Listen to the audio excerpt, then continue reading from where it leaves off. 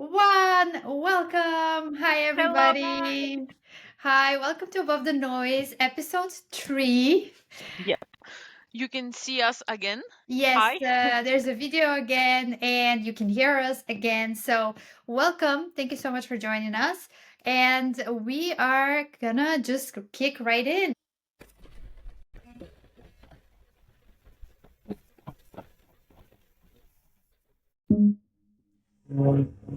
What are we talking Immediately. about today?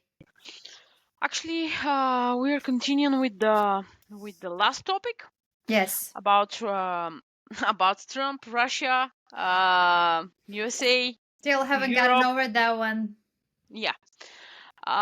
Okay, we're start immediately. I have some questions. Go ahead. Uh, okay, what the hell is going on again? So, What the just hell is going on I with this honestly, Trump I'm madness and this absolutely madness actually. yes. uh So just for reference, I we are right now recording this on March 16th. So basically, if you missed the last episode, we did the feedback or the overview of what happened in the Oval Office at the end of February. I think it was 2 weeks ago now, Mhm. between President Zelensky and Trump and the Vice President.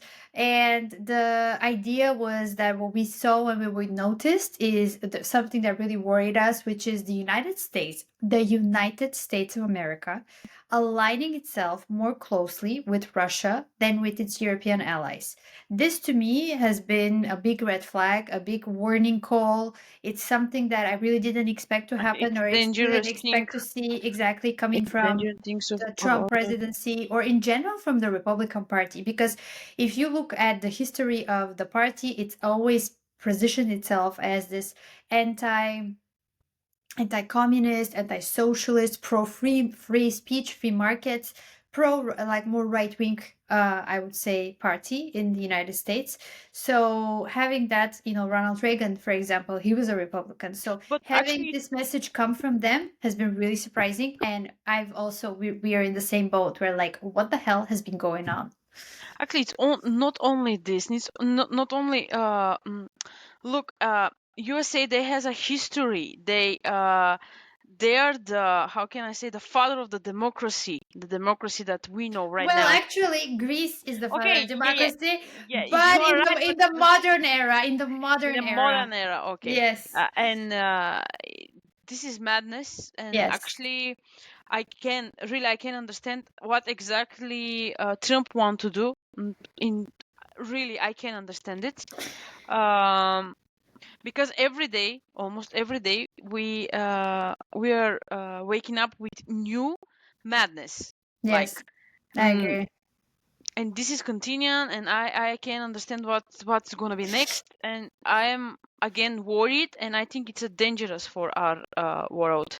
It is dangerous, and I can tell you, I've been thinking a lot about this, so I can tell you a little bit of the things that I kind of came up as an answer as to why is this happening, and not only why is this happening, but why is this so popular within a certain circle in the U.S. and also in Europe. In Europe, not so much, but also a certain circle of people that consider themselves more conservative or right wing have actually been supporting this. And I think that there's a big reason of that is this propaganda that Russia is positioned itself as this conservative beacon of conservatism in Europe, in the background, in the backdrop of this Hmm. woke, liberal European countries. Look at us. We're, the guardians of conservatism. We're gonna protect your values, which is not true. I just want to say one thing. If anybody that is thinking this way and watching us right now thinks Russia is your friend because they're a conservative country, there's nothing conservative in the traditional way that we understand it about Russia. Hmm. Nothing. They're not a Christian conservative country. They're not they're not the defenders of the faith. They're a country that actually, if you look in the history, they're the first ones that have, not them, but the Soviet Union is the first country that legalized abortion all the way back in 1924. They still are the leading, there's still a lot of abortions happening there, a lot of divorce, very low church attendance. So I think in this, in this space of like right wing, especially more maybe Christian conservative circles, people are looking at Russia and thinking, oh, yes, they look at them, they're actually defending our values, while a France or a Germany is just this secular liberal place and it has no connection to conservatism whatsoever. And that's not true. Russia is not your friend. I mean, they don't have to be your enemy, but they're not your friend. There's nothing conservative about them. And, if you move beyond the social conservatism, even on the political conservatism, they don't have separation of powers. They don't have freedom of speech. I thought that was a conservative value. They don't have economic freedom. There's Mm-hmm. nothing there that you can look up to, right? There's nothing there that you can go and say, okay, this is actually a country that has my interest Mm-hmm. um, in mind. That's not true. That's just propaganda. That's literally just propaganda, and it's worked on so many people.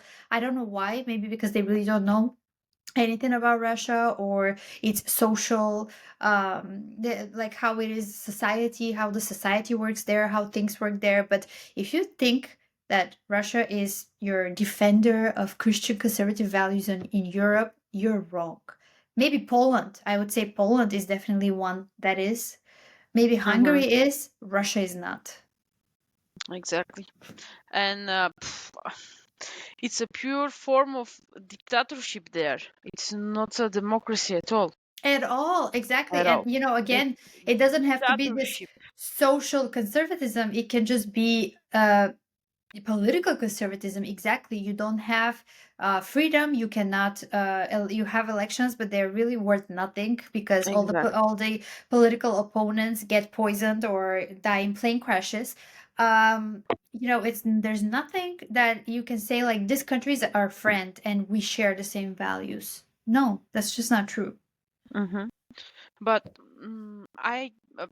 again, I can understand because historically, people in USA they have to know what was the history. They know uh, what happened with Soviet Soviet Union. Soviet Union, yeah. Soviet Union. Uh, this is the historical facts, and they are not so different. Like in my opinion, the way of thinking, the way of thinking in Russia, the way of thinking in the people in Russia, it's the same. They are not changed at all. Uh, and I am surprised how people they can see this. Mm, because even here we live in Bulgaria, if still you don't know, we have the same problems here. People think still we has we have people that can understand exactly what's going on. Like they can understand what exactly going on in the world because they're always seeing this propaganda and this different way of telling the truth. It's not a lie, Yeah. but it's the half truth, and they live in this in Yeah, disinformation. Sorry to interrupt you, yeah but disinformation. Hey, one thing I just realized last week: the word disinformation literally was invented in the Soviet Union. It's, as you said, giving you some truths and yeah, putting it it's in a not a lie. It's context. not a lie, but it's yeah, it's half Yeah. truth, and they can do it in perfect way. They can do it in perfect way because this is what they've been doing for the past 100 years. And again, I don't want this to come off as saying like, okay, Russia is our enemy and they're going to be our enemy forever. They're a bad country. No, in their essence, there's nothing inherently wrong with them, but they're not your friend either. They see themselves We are as. not talking about enemies and friends. We are not talking about Exactly. It's war. We just are just about alliance of values. Like, what values do you want to be aligned with? And the values of Russia, I don't, they're not aligned with not with the liberal values, but also not with conservative values. again. This is dictatorship. Yeah, This is the way they're of not aligned with democratic values. That's it. exactly. It's not a democratic country at all.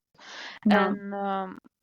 And again, for me, the problem is what's going on with Trump. What is the idea of the way of his thinking? What he want to do? I can understand Mhm.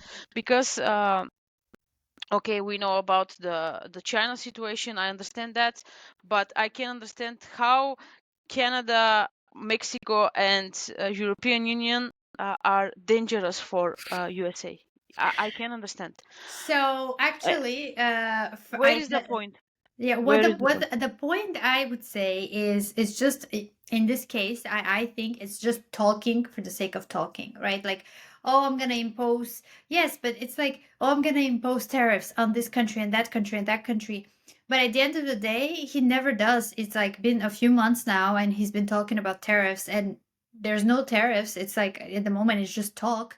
I don't know what the situation is with exactly with Canada and Mexico, but I can tell you with the European Union, something which he said a few weeks ago that really kind of I started thinking about it was like, oh, the EU was created to screw us over, basically, which again, it's just not true. And I think what's happening right now is the United States created a certain world order after World War II, which they did, it's obvious, especially in Europe. They were so influential with the Marshall Plan and rebuilding all of Western Europe and ideologically, obviously, positioning themselves to be anti-Soviet Union. You know, we are the freedom, we're pro-freedom, we're pro-democracy. Western Union is the Western Europe is our sphere of influence in a way, like we share the same values.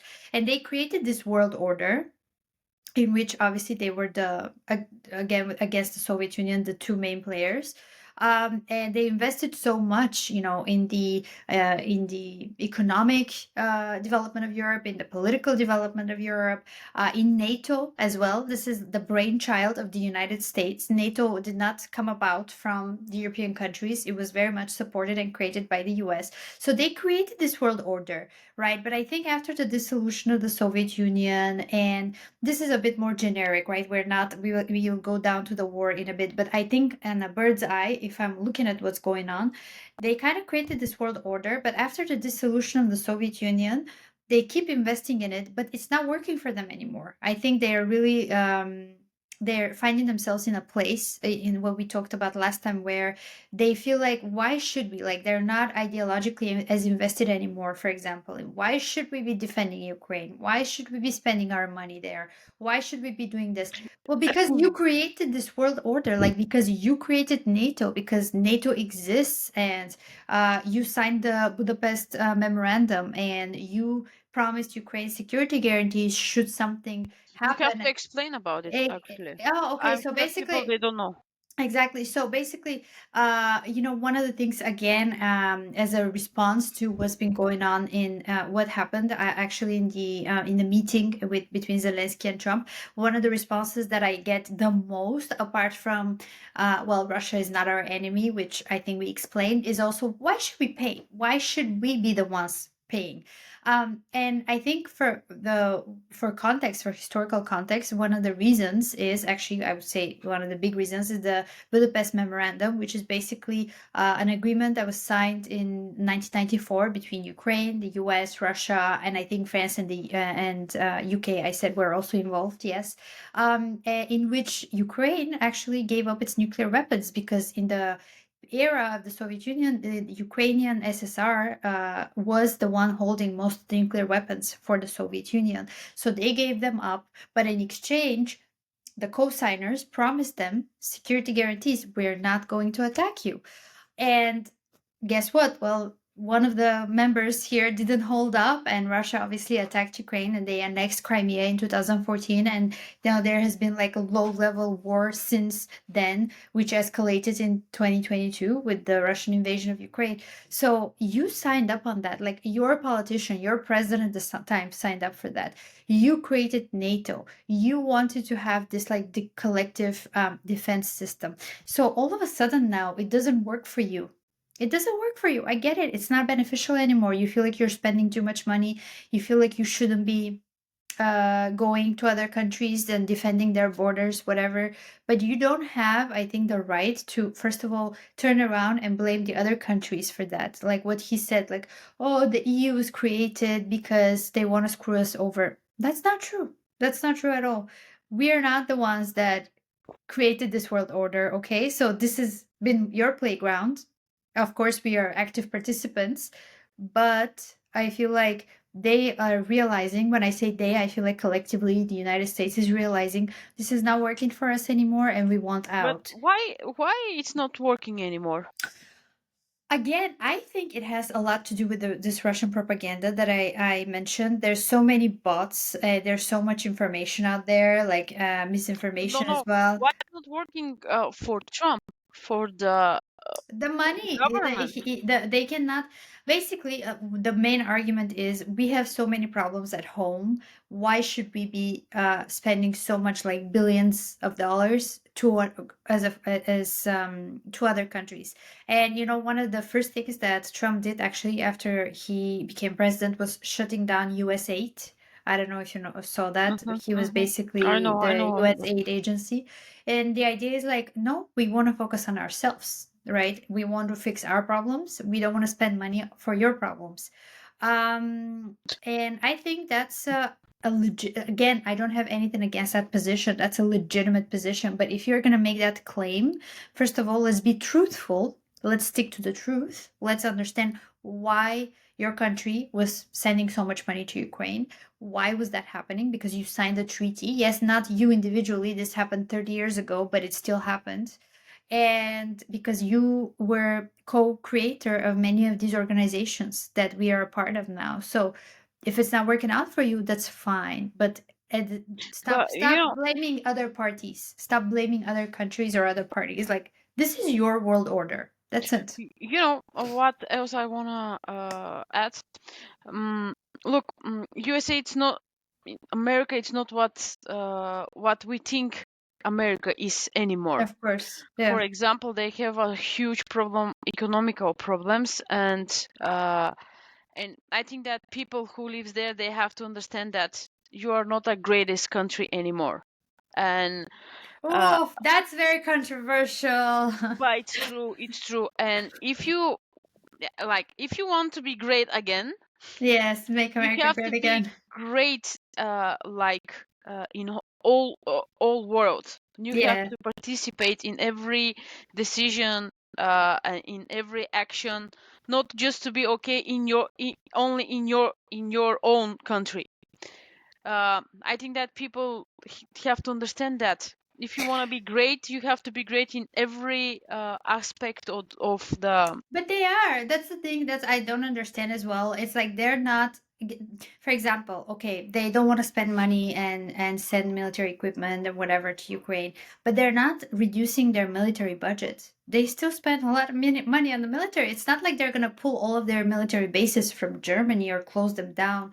They're still going to operate. So I think the infrastructure, let's say, of military dominance is going to be there, but in front of the public, they don't want to be the ones spending so much money. But anyways, they're going to, I think they're not going to give up on their military dominance. It's just that the public perception is such that, oh, we have so many problems. Yes, I think that's, they're not going to give up on their military strength and dominance, not even a little bit, but they're just gonna, basically, what I think what he's trying to do is he wants to appease this side of his supporters that are complaining about, oh, we're gonna spend so much money on other countries, and he's like, no, I'm gonna end this war so we don't spend so much money anymore. Don't worry about it. But at the end of the day, they're still gonna spend it because they're still gonna invest in their military. And But it's what not is gonna the be as point it's not then? gonna be as public, so people are not gonna be as outraged. That's it. Hmm. Actually, don't make it makes sense, but I'm I'm not sure about the idea of Trump. Really. Uh, I don't think he knows as well. I think one of the things that he has kept repeating is, oh, well, I want to be the peacemaker. I want to be the one that's bringing peace. I want to sign this deal. But I would say it's important to ask yourself, yes, we all want peace. Like, Another thing this I'm hearing a lot and it really enrages me is how people are like, yes, we want peace. Why is this war continuing? We're the ones that want peace. It's as if Ukrainians themselves, they don't want peace. They're the real ones that are fighting. It's as if a Trump supporter somewhere in the States is wants peace more than a Ukrainian that's on the front lines somewhere. That's ridiculous. Of Bullshit. course, Ukrainians also want peace, but at what cost? At what terms? It's very important because they don't want peace that just says, okay, we signed peace and finish, but then in 2, 3, 5, 10 years, Russia attacks again. They don't want peace like that. They want real, lasting peace.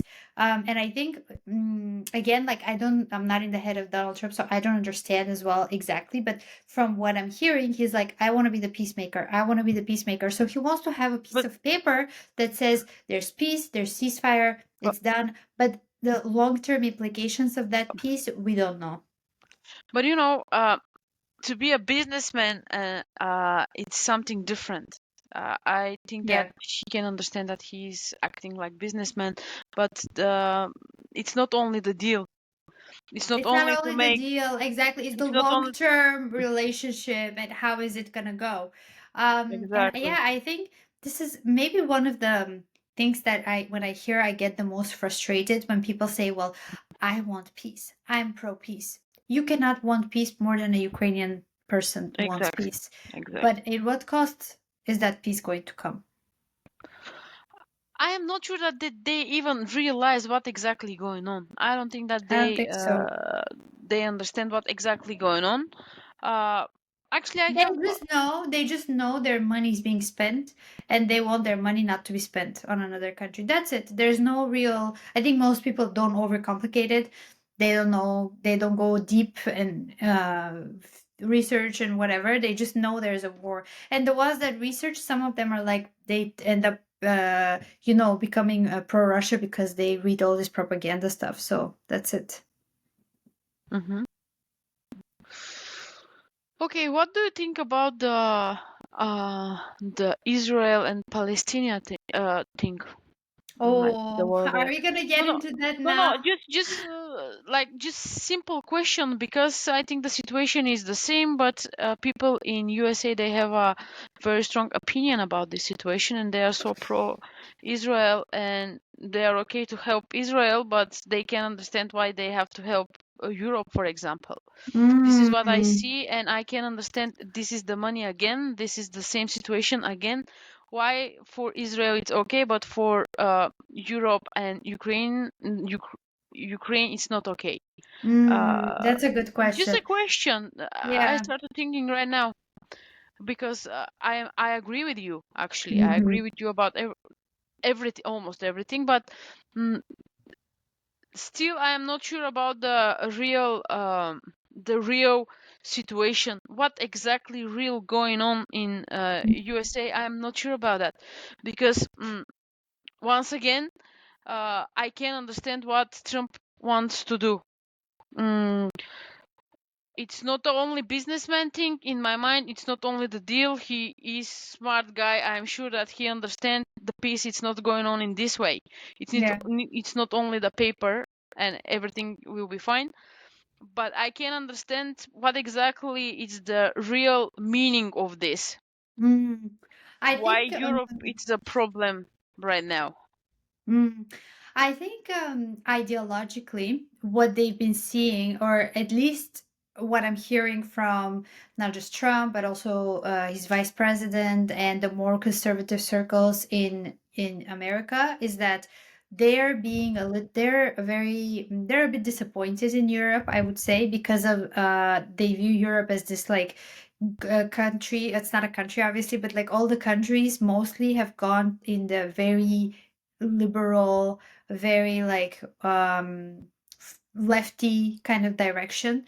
And honestly, I don't know if you watched the speech that JD Vance gave on the in the No. media conference, where he was Mm, talking about he kind of touched on that. He's like, well, we're here and we're talking about our shared values. And he said, what shared values do we have? Like basically he's saying, what do we even have shared values anymore? And he was accusing Europe of stifling freedom of speech in social media, but also in real life, which obviously it's happening. I think he basically was saying that we are kind of giving in or forgetting the importance of our borders. Obviously with the immigration problem, and I think he basically touched on this topic a lot, which is like we thought we shared the same values, but do we share them now anymore? And I think this is a very interesting divide that's happening. And because the name of the podcast is Above the Noise, so just kind of to go above the noise, it's a very interesting divide that's happening that I see, which is what does it mean to be pro democracy anymore, even? Like, I think so many people are asking themselves that question. Are you pro democracy and freedom if you are a typical, let's say, European liberal that cares about LGBT rights, that cares about, abortion, freedom of abortion, that cares about But here it's not so taxes? extreme. But No, but it's not but it's extreme in not so extreme. Bulgaria. It's not No, no, extreme I in don't think it's Bulgaria. so extreme in Europe. I No, don't think but I so. mean, that's the perception. And I think there's like this divide that's happening, which is like, what does it even mean to be pro democracy anymore, right? Is it this values, or is it, the more sort of conservative, quote unquote conservative, but like I think these are general liberal values, anyways, is like freedom of speech, freedom of thought, obviously economic freedom, not having the state control the economy or big chunks of the economy, and I think that's like this divide that's happening. What does it even mean to be pro democracy anymore?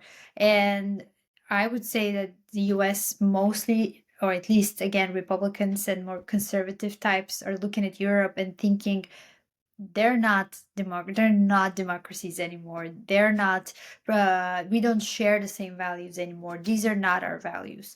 And that's not just regarding the war in Ukraine. That's about many, many issues. Like, what does it mean to be pro democracy at this point? That's the big question. Actually, when you ask like this way, I start to think about myself too. What Yeah. exactly? Because it's very interesting when Trump was obviously running for re-election, and a lot of the message that was coming from the Democrats was, well, vote for us because we are pro-democracy. And I found that to be a bit Wait, contradicting, because we are pro democracy, yes, but if people exercise their right to vote, isn't that whoever that might be, for whoever they vote, isn't that actually the exercise of democracy in real time, anyways? But yeah, the main point was that he tried to cancel the election results and all that, the January 6th and everything, and that's why people were kind of saying like we're the ones pro democracy. But I think if people get to exercise their vote freely, that at the end is everything that democracy is. And if their vote is okay, we want more liberal policies, and we want more government intervention, and we want more whatever socially progressive policies, that's still democracy. But if they decide that they want to have a more conservative government, which is more focused on obviously limited government and developing, what would you call it, like developing more conservative values, that's also democracy. That's democracy in action. but I think that democracy in USA it's different from what we understand in Europe. For example, for us, the extreme right-wing parties are, you know, they are Stand dangerous. there. No, they are dangerous. The like Mm, but for USA, they don't understand what actually they see only a right wings party, but extreme right wings party are really dangerous because we saw this before how many years ago? 70, 80 years ago. 70 years ago. But what do you mean dangerous? Dangerous because the idea is always the same, like from Hitler to now, extreme right wings parties they are the same. They have these values, yes, Mhm. like the um, like USA, but in very extreme way of the same values, but in very extreme way. And I don't think that we understand that the USA is democracy. Like, um, you can feel actually no, you can feel that in Europe our democracy it's difficult because we have a lot of parties. They have difficult ideas of how we have to be, Yeah. and the extreme parties are dangerous because it's extreme, the same values in extreme way. Mm. This is a huge difference in my opinion, and I don't think that people in USA can understand that. uh, the, Could the be, mo- but I also feel like, I mean, this is just a personal opinion, but I feel like the term far right, right wing, it's so overused now. Every time I heard it, I'm like, I have a question mark because at some points, and this was more relevant before than it is now, but a few years ago, everything you didn't like was right wing. Everything that I didn't agree with was right wing. Everything that I didn't no, no, right wing is subscribe okay, but to was extreme right dangerous. wing is something Yeah, but different. no, but everything like this is basically what's been happening for a few years now. Like everything that I don't like is a everybody that I don't like is a Nazi. Like I actually don't think this is productive to any conversation. I And don't, no, no, I'm not agree with that because no, I'm not agree because there's a huge difference between right thinking way or extreme right wing, yes, yes, but I think a lot of people that are traditional right wing have been described as far right, extreme right, because they're just not, they think a bit differently, and all of a sudden they're the extreme right. So I would Do you think say, that it's the same in Europe? I don't think so. Like we talk, okay, our first podcast was about the election and mhm. how is the situation in USA, but I don't think that is the same in Europe. I'm Yeah, because well, I think here we have, as you said, because we have more political parties and most countries are not presidential democracies, but they're parliamentary democracies. We have a wider representation. So what ends up happening in many cases is the extreme parties, as you said, they don't become part of the coalitions anyway. So they end up becoming opposition, in many cases. So I think that's why we don't notice it as much here. But in terms of like, what does that mean to be right wing or extreme right? I think this like extreme right has been abused actually for many years to shut people down. I don't like you. You're like right wing extremist. I don't like you. Bye. So it's kind of stops people from engaging in real debates because why would you want to speak to somebody who's a Nazi? That makes no sense. no, this this is again the extreme way of thinking. No, but Uh, that's what people thought it like. This is what they still think like. Is like, oh, this person is XYZ, so I'm not even going to entertain his or her idea. I think that those terms have been I'm used not in very sure bad about ways. the Europe. It's the same, really. I'm not sure about the Europe. Okay, for USA can be, but for us, I don't think so, because Mhm. uh, here still, even in our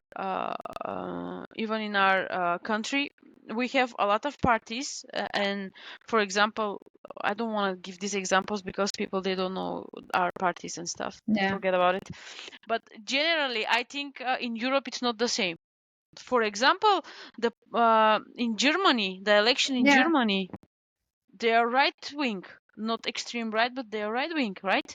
Yeah, yeah, well, they're right wing. I haven't read their entire like manifesto and what they want to do. I know in the media they're portrayed as extreme right. But if you ask most people why they voted for them, they would say, well, it's because they want to secure the borders, they want to like bring down immigration and all that. And this is actually, maybe we can do a separate episode on the political divide, which I'm actually really excited about. But if we go back to like Ukraine and Russia and all that, I would say yes, one of the things that people think about when they think of Russia, especially the more extreme right. Yes, I will say this term now. It's when they think of Russia is like, yes, the defenders of our faith and of our values and But conservatism and you this know, that. And when they think of Russia is not Ukraine, democracy at all. I Like, know, but they don't know that. And so when they think of Ukraine, they think, oh, liberal, like they want to be like liberal European country, whatever. So this is not right. I'm just saying this is what I'm noticing happening, not from people directly, but on social media. This is what hmm I see happening a lot. So, but this is very interesting. We'll do another episode on the political divide because there's so much to say there, like really. and actually, I'm surprised because really I But start to think in different way. This is I open my eyes really now, because after the past few weeks, it's very different. It's very different. It's a very different energy. I don't know if we can convey this to the people that are not from Europe. Maybe if whoever, I don't know where they might be watching from, our viewers, if we have any.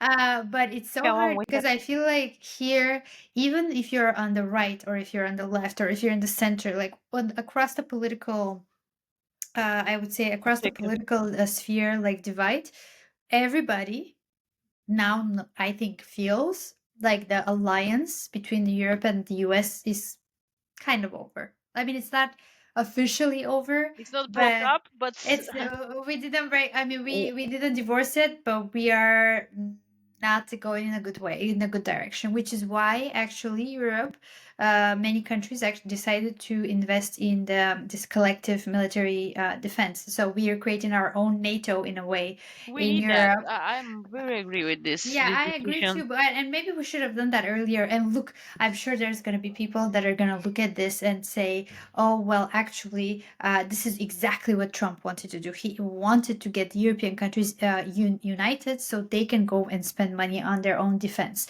Come on. I think this is a little too optimistic. I don't think this was his end goal. Like he's not playing chess, It's not as he could have gone either way. But I would say ideologically speaking, we are really in a place in Europe at least where we're like, we are alone. We have to deal with this alone.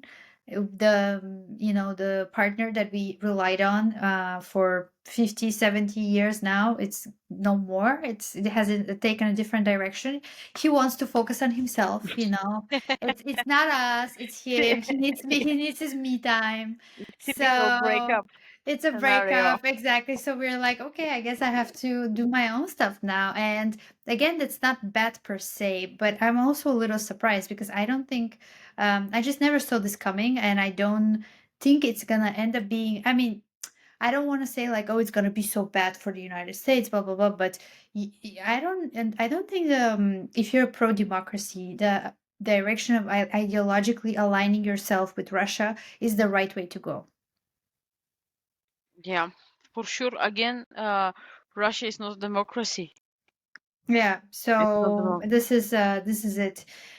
And one of the other comments, because this video we are kind of doing a reaction to the things that I've seen, and to the things that we've seen on this tip on this issue. One of the other things that I've seen is this is just ridiculous, but it's the continuation of the narrative that Ukraine started the war, right? So they're the ones responsible for doing this because they wanted to join NATO and they wanted to join the EU and blah blah blah. So all I have to say about this, to be honest, is that we live in a world where we have independent countries, right? So as an independent country, Ukraine has every I single want to do right whatever I want. to do what they want to do. Exactly. So if they want to join NATO, let them join NATO. If they want to join the EU, let them join the EU. Like Russia is not this kind of like arbiter. Oh, you can do this, but you cannot do that. They're not, and this is again a mindset shift, right? They believe in their mind. And when I say they, I don't mean every single Russian, but the government and certainly Putin.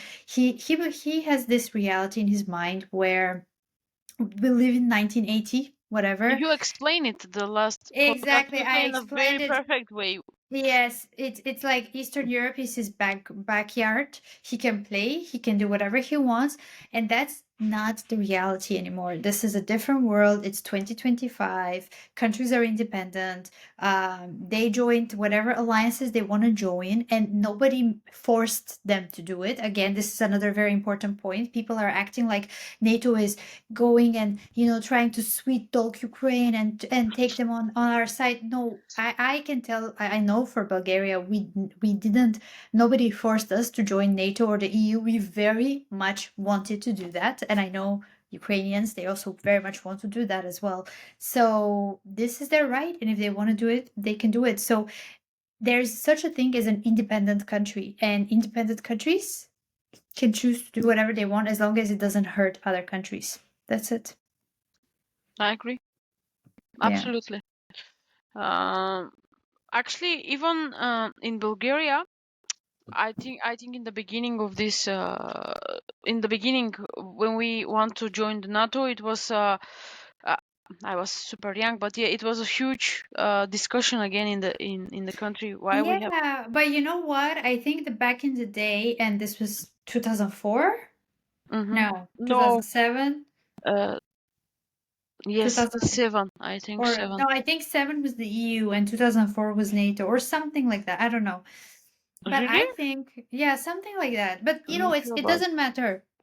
But I think back in the day, people had a lot of, and this is maybe what we're missing as well. They had a lot of optimism for the European project, for the pro-liberal democracy kind of project. They were excited. They wanted to be a part of it.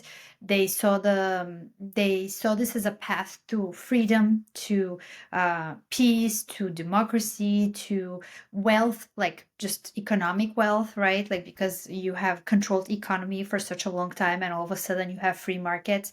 People were excited about a future of liberalism, let's say. And I think now this kind of faith in this like liberal democratic world order is kind of going down, and maybe that's why we are seeing so many people pop up that are a bit more anti-establishment, because people don't believe in this project anymore. And there's many reasons why they don't believe in that. I think in Europe people are less excited about this because first of all I think first of all, the EU is a huge bureaucracy, that for sure. Like there's so much bureaucracy going Bureaucracy on. is a You don't huge even problem. feel like they're doing anything for you.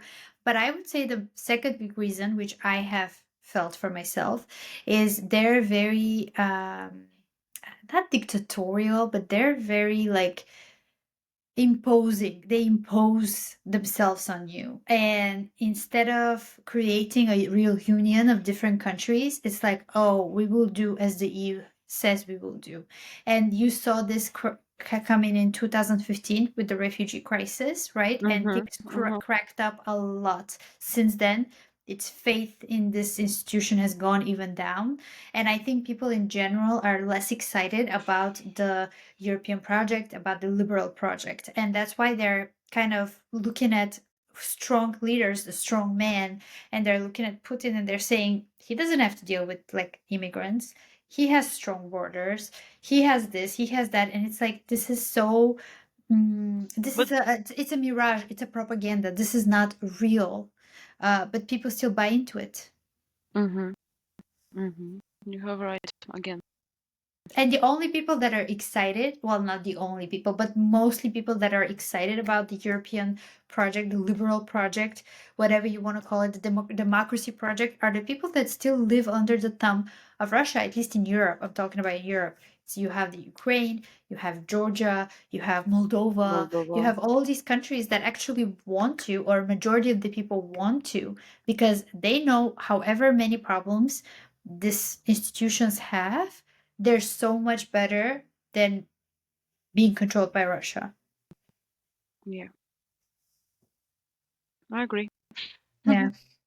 So that's it. Honestly, it was just like a reaction episode to react to some of the things that I'm seeing, and there's a lot of opinions out there. I don't like the word misinformation, because again, it's become used as towards something that you just don't like at this point. But in this case, it really is. But there's so many opinions about from people that really don't know much about the region, about the countries, and they just have an opinion because they have an opinion. So I would Mm-hmm. say you really, I think, should speak to people from there, from these countries, if you want to have like a solid, good opinion about this.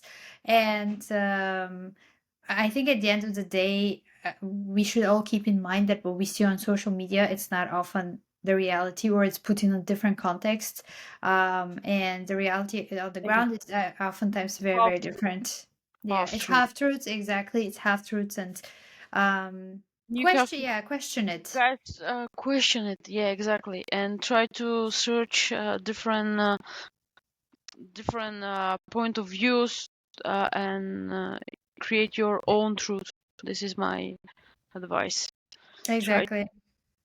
try to think about yourselves, and the other thing, that put your yeah, put yourself in the position, in the different position. Don't watch it only in your view, on your point of view, Yes, and try to that's so understand. important. Be more empathic. This is Yeah. my Use advice. your brain. This is gonna be my tagline. Use your brain. Just don't just rely on like, oh, somebody said this, so it's true. Like, use your brain really, and Yeah. yeah, And be that's more it. empathic, in my opinion. It's not only about the money and stuff. It's human lives in the end. We have to think a little bit. We have to be Exactly. more humans. I don't know. Exactly. Yeah. I mean, every war is like a human life, but you know what? I think we're so desensitized. I don't know if that's the right word to seeing this at this point, because first of all, even if without social media, right? If you just watch the news or if you read the newspaper, the way people used to do it back in the day, it's so different to read 20,000 people died, 30,000 people died. Like, of course, you think of it, oh my God, it's a tragedy. This is so sad. So many people died, but you don't it doesn't really go Get in you. fully. It It's doesn't not. get you Yeah. because it's not somebody you know, and it's not a story. I think it's not a person. If it's like this person died and then they start telling about like, oh, but he had a family and a wife and a children, blah blah blah. It's You more kind of easy to empathize. exactly, you empathize. But another layer on top of that, I think, is come with social media, where we kind of just watch things now on our screens, and we just support this side or that side, like we're supporting a football match, like Exactly. you're watching a sports game, like, yeah, you're so removed. I mean, on an intellectual level, you understand this is human life, but on reality, in reality, you're so removed from the fact that this is a real war where real people die in the thousands, in the hundreds every day. So this is, I think, a product of honesty social media again. Exactly. Exactly. Yes. I think we can end on this note today. Yeah. And I Thanks for think, watching. yeah, thank you so much for listening. And for our next episode, we will be talking about the political divide. So stay tuned and thanks so much for your time. Bye. Bye.